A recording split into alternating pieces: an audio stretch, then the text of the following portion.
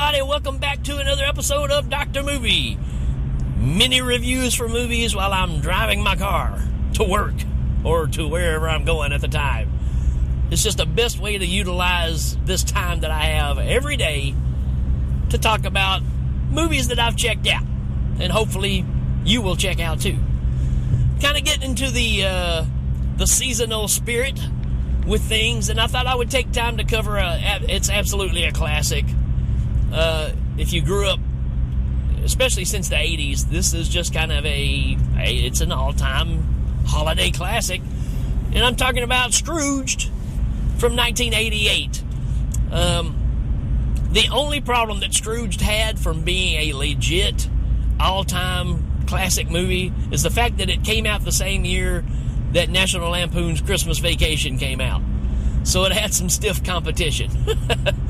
But I just revisited this one, and it is so good. I mean, it's Bill Murray. I mean, can you really go wrong with Bill Murray being full tilt, 100% crazy Bill Murray, right?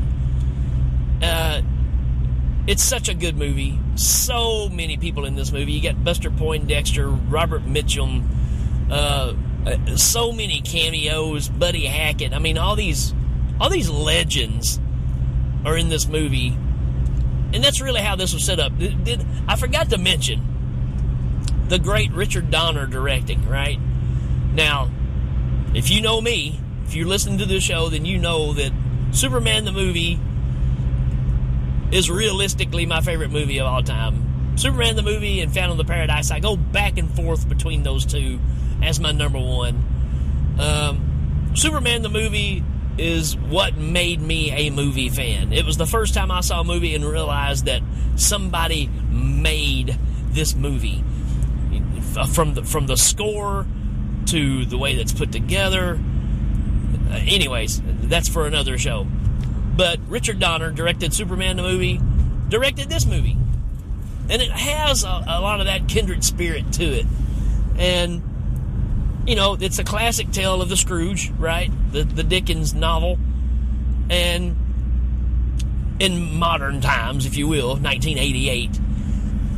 And it's just so much fun. Bill Murray is a businessman who puts business before everything else, hates Christmas, you know, so it's basically the setup of the Scrooge. And, you know, he doesn't really take care of the people that works for him. They're all having to work for him because they don't have a choice. And they're putting together a Christmas program for the TV station that he owns. And they're doing a live broadcast of the Scrooge on Christmas Eve, which ties into the story later on of what such a bad idea that is. And they're sitting around watching all the commercials, you know, the promos for, hey, you need to watch our channel because this is coming out on this date and you don't want to miss it, that kind of stuff, right? And he's got his whole advertisement team sitting there going through these, you know, these videos. And Bill Murray hates them all, right? Hates all the videos. Because he feels like you have to make people feel like that danger will come to people if they do not tune in to watch this show. So he comes up with his own trailer for the Scrooge, which is which is absolutely insane. Because it goes through a list of things like nuclear threat, drug addiction, and it's showing all these tragic things that if you don't watch the Scrooge on this date, all these things are possibly going to happen to you. So he's using the fear factor, making you scared to miss the show. It's quite hilarious, right? And he has one person on his team to stand up and say, you know, I don't think this is a good idea, which happens to be Bobcat Goldthwait, right?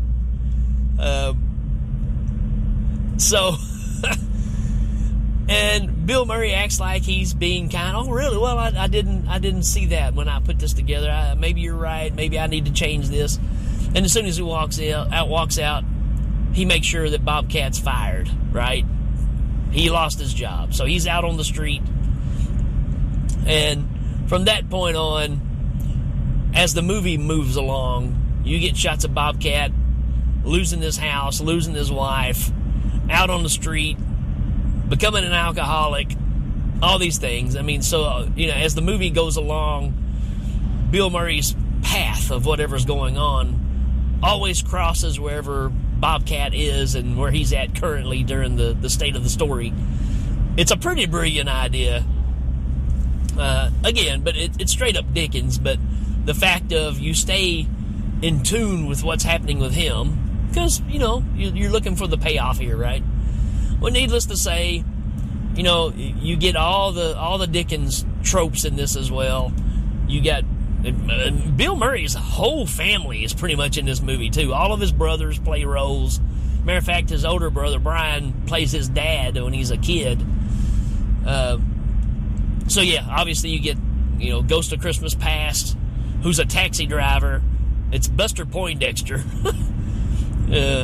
Feeling hot, right? Taking him back to show him his childhood and where things kind of went wrong. His dad hated Christmas as well. Didn't really get his kid anything for Christmas except some cut meat because he worked at a butcher shop. And that's what he got for Christmas. So it kind of shows you the hardening of the heart from him as a kid.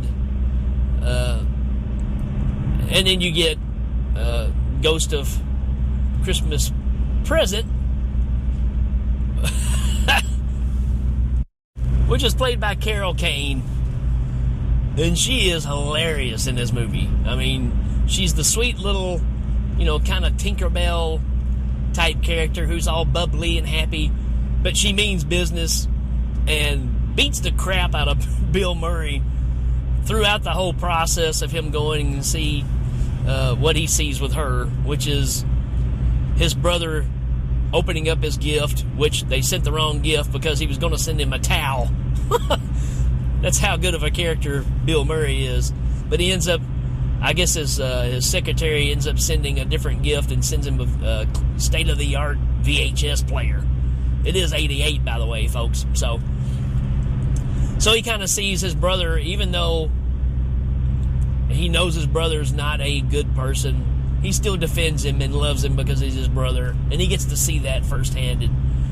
So that works out pretty good. Then you get to see Ghost of Christmas Future, which is, the Grim Reaper type character, leading him through and showing him how things end up. And before that happens, before we get to the Christmas Future, we get Bob Goldthwait coming into Bill Murray's office with a double-barrel shotgun, and he's going to kill Bill Murray, which is a great sequence. It plays out very well. Nobody plays, an unhinged, crazy person like Bobcat, and he plays it great. Trying to shoot Bill Murray in his office, and Bill Murray escapes by getting into the elevator, which is where he meets death and goes to the whole Ghost of Christmas Future state. And he sees, obviously, things he doesn't want to see, right? And when he comes back out of the elevator, he grabs Bob Goldthwait and redoes the thing, gives him his job back, gives him a better job, gets him a better office, even offers up his own office. And, he's had the total change of heart. He ends up going out on TV, on live TV. There's a whole piece I'm missing here about a love interest that he has, too, which is Karen Allen from Raiders of the Lost Ark, Starman. And, they had this relationship years ago, and again, he put business before the relationship, lost her, and he gets freaked out when the first ghost, which is his ex-old boss, who's been dead for 7 years, visits him and tells him that you're going to be visited by these other ghosts. And he calls her up and leaves her a message, and she ends up coming back into his life to be supportive.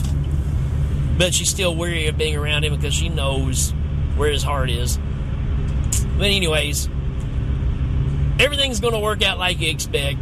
But Bill Murray walks out on live TV and starts telling everybody what is important in life and what person in their right mind would do a live broadcast of a TV show on Christmas Eve when everybody should be with their families. You know, the message comes out really strong, and you know, it's a lot of fun. Again, it's Bill Murray. There's even a thing where during the end credits, he's still on live TV, and he's trying to make the people in the crowd, so if you're sitting in the theater or whatever, breaking the third wall kind of thing, right? Fourth wall, whichever wall it is, and talking directly to the crowd and saying, okay, people on the right side of the theater, let me hear you sing. And then people on the left, you know, so he's doing all that kind of stuff. Typical kind of Bill Murray. But he knocks this one out of the park. If you like holiday movies that has some really good effects, especially for the time, I don't know, I think this one is overlooked a bit. It should be seen more often. I need to start making this one of those that I check out every year, especially during this time of season. Haven't seen it in a long time, and I really enjoyed the revisit. I'm piggybacking off of this because I watched a new holiday movie, which I will do a review of. It'll be pretty quick, too. But it's called Spirited, which is Ryan Reynolds and Will Ferrell. And I watched that with my wife, Rebecca, and we enjoyed it, but it really, again, it's Scrooged as well, but it really made me want to go back and watch this one again, because she had never seen it. So I was like, oh, well, you got to see Scrooged. And it was a great revisit. So, can't recommend this one enough. It's a great holiday flick. It's Bill Murray, so you know you can't go wrong. Great, great cast. One of my favorite directors of all time. You can't go wrong with this movie. It's really, really good. So do yourself a favor. Go check it out. I'm going to give this a 5 out of 5. I think it's that good. And it's got a lot to unpack. Bill Murray plays great being both sides of the character here.